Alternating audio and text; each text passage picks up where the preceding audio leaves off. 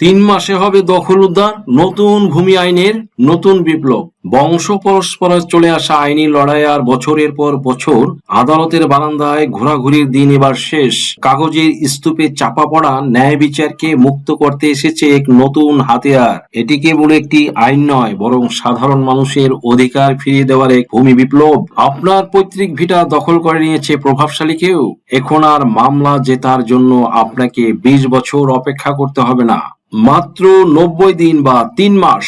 নতুন ভূমি অপরাধ প্রতিরোধ প্রতিকার আইন দিচ্ছে আপনার হারানো জমি ফিরে পাওয়ার গ্যারান্টি। পেশি শক্তি নয়, এখন কথা বলবে দলিল আর রেকর্ড। একটি বাস্তব উদাহরণ, গ্রামের সাধারণ কৃষক রহমত মিয়ার বসত ভিটা দীর্ঘ 10 বছর ধরে এলাকার প্রভাবশালী এক ব্যক্তি জোরপূর্বক ভোগ দখল করে আছে। আগের আইনে রহমত মিয়াকে দেওয়ানি আদালতে বছরের পর বছর মামলা লড়তে হতো, যার খরচ সামলাতে গিয়ে তিনি নিঃস্ব হয়ে যেতেন। নতুন আইনের বিপ্লব, এখন রহমত মিয়া কেবল প্রয়োজনীয় দলিলপত্র নিয়ে সংশ্লিষ্ট জেলা প্রশাসক, ডিসি বা নির্বাহী ম্যাজিস্ট্রেটের কাছে আবেদন করবেন।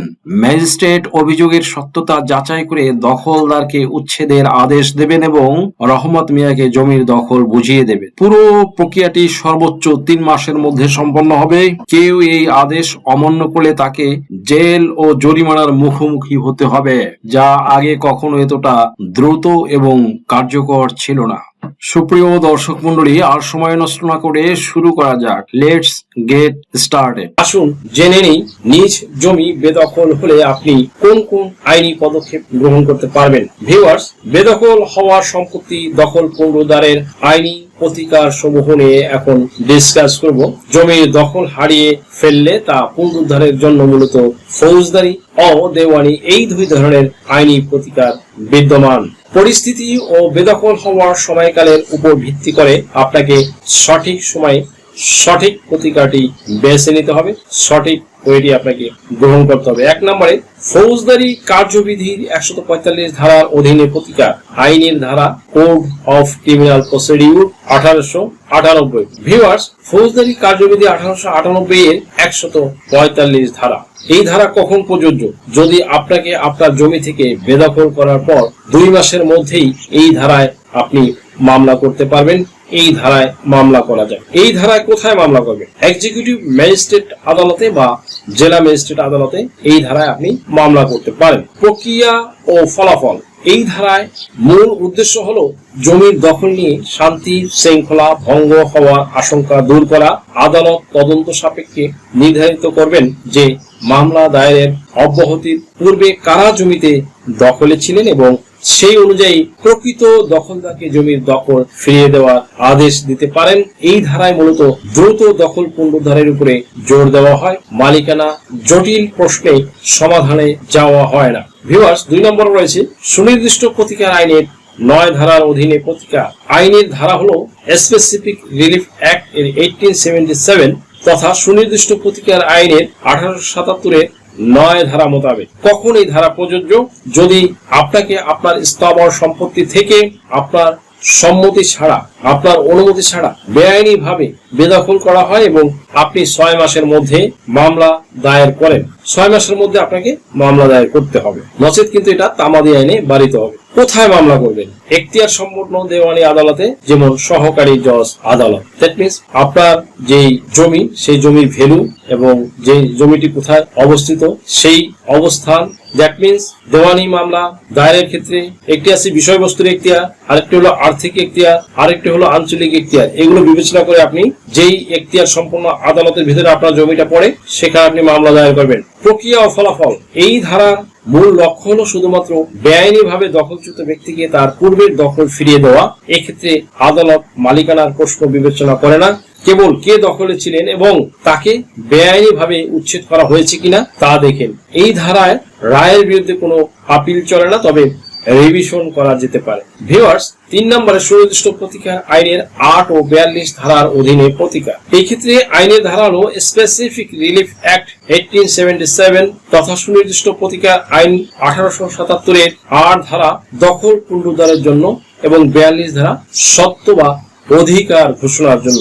কখন এটা প্রযোজ্য? যদি আপনি আপনার জমির মালিকানা প্রমাণ সহ দখল পুনরুদ্ধার করতে চান, এই ধারায় মামলা করার জন্য তামাদি আইনের বিধান অনুযায়ী বেদখল হওয়ার তারিখ থেকে 12 বছরের মধ্যে মামলা দায়ের করতে হবে। ভিউয়ার্স, এখন আলোচনা করব কোথায় মামলা করবেন। এখতিয়ার সম্পন্ন, আগে বললাম যে দেওয়ানি আদালত, এখতিয়ার সম্পন্ন দেওয়ানি আদালত, আর্থিক এখতিয়ার, বিষয়বস্তুর এখতিয়ার এবং আঞ্চলিক এখতিয়ার বিবেচনা করে। প্রক্রিয়া ও ফলাফল, এটি জমির দখল পুনরুদ্ধারের সবচেয়ে শক্তিশালী ও কার্যকরী দেওয়ানি প্রতিকার। এই ধারায় মামলা করলে আদালত আপনার মালিকানার প্রমাণাদি, যেমন ধরুন দলিল, খতিয়ান, নামজারি, খাজনা রসিদ ইত্যাদি পুঙ্খানুপুঙ্খভাবে বিশ্লেষণ করে আপনার সত্ত্ব বা মালিকানা ঘোষণা করবেন এবং তার ভিত্তিতে আপনাকে জমির দখল ফিরিয়ে দেওয়ার আদেশ দিতে পারে। 4 নম্বরে আপোষ মীমাংসার মাধ্যমে সমাধান।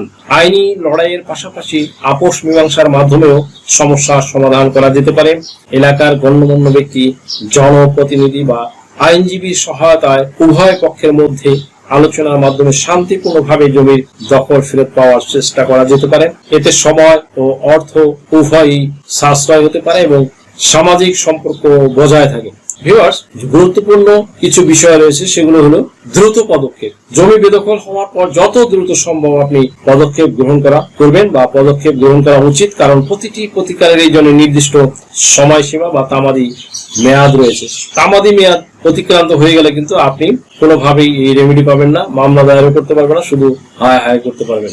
সঠিক প্রমাণাদি, আপনার জমির মালিকানার সপক্ষে সকল কাগজপত্র, দলিল, খতিয়ান, নামজারি, খাজনা রসিদ ইত্যাদি হালনাগাদ ও গুছিয়ে রাখা আবশ্যক বা জরুরি। ভিউয়ার্স, আইনজীবী পরামর্শ কি? এই ক্ষেত্রে আইনজীবী কি পরামর্শ দিবে? আসুন আমরা কি বলি, আমরা বলি যে জমি জমা সংক্রান্ত বিষয় জটিল হওয়ায় যে কোনো পদক্ষেপ নেওয়ার আগে একজন অভিজ্ঞ আইনজীবীর সাথে পরামর্শ করা অত্যন্ত জরুরি।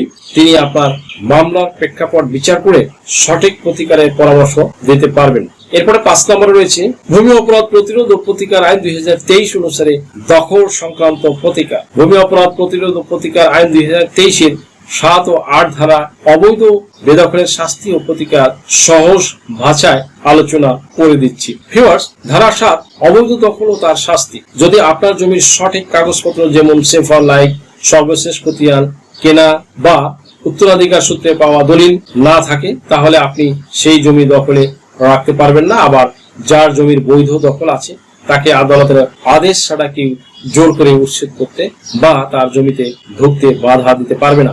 অবৈধ বেদখলের শাস্তি, যদি কেউ এই যে আলোচনা করলাম সেই বিষয়গুলোর যদি নিয়ম ভাঙে, দ্যাট মিনস বেআইনি ভাবে জমি দখল করে বা বৈধ দখলদারকে উচ্ছেদ করে, তাহলে তার 2 বছর পর্যন্ত জেল এবং জরিমানা হতে পারে। কিছু ব্যতিক্রম বা এক্সেপশন রয়েছে। কেউ যদি উত্তরাধিকার বা কেনার পরে জমির মালিকানা নিয়ে রেকর্ড ঠিক করার জন্য বা নিজের অধিকার প্রতিষ্ঠার জন্য মামলা করে থাকেন, তখন তার জমি দখলে রাখার অপরাধ হবে না। ধারা 8 অবৈধভাবে দখলচ্যুত হলে প্রতিকার। যদি আপনাকে কোনো আদালতের আদেশ ছাড়াই জোর করে আপনার জমি থেকে বেদখল করা হয়, তাহলে আপনি আপনার জমির দখল ফিরে পাওয়ার জন্য এক্সিকিউটিভ ম্যাজিস্ট্রেট বা নির্বাহী ম্যাজিস্ট্রেট বরাবরে, যেমন এসসি ল্যান্ড বা ইউএনওর কাছে আবেদন করতে পারবেন। অবৈধ দখলের প্রতিকার কি? এক্সিকিউটিভ ম্যাজিস্ট্রেট 2 পক্ষের কথা শুনে এবং প্রয়োজনে নিজে গিয়ে তদন্ত করে যদি দেখেন যে আপনাকে অন্যায়ভাবে উচ্ছেদ করা হয়েছে, তাহলে তিনি আপনাকে আপনার জমিতে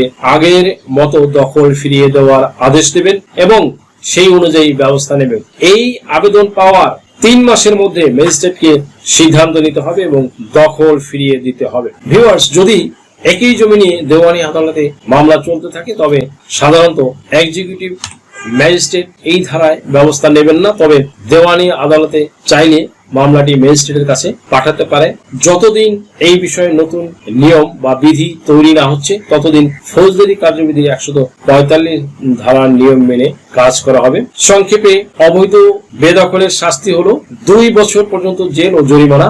অবৈধ দখলের প্রতিকার, এক্সিকিউটিভ ম্যাজিস্ট্রেটের মাধ্যমে 3 মাসের মধ্যে জমির দখল পুনরুদ্ধার। যদি ম্যাজিস্ট্রেট তার দায়িত্ব পালনে গড়িমসি করে, তাহলে আপনারা এই বিষয়েও কিন্তু আপনারা তার বিরুদ্ধে ব্যবস্থা নেওয়ার সুযোগ রয়েছে। পরিশেষে বলতে হয় যে জমির অধিকার একটি গুরুত্বপূর্ণ বিষয়।